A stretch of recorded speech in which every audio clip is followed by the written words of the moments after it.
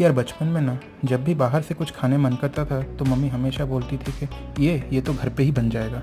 तो अगर आप भी ऐसे ही पेरेंट्स हो जिनके बच्चे बाहर से खाने मन करते हैं, चाहे पिज़्ज़ा हो, बर्गर हो, तो ये वीडियो आपके लिए है। तो चलिए बनाते हैं बाजार जैसा बर्गर बट थोड़ा हेल्दी।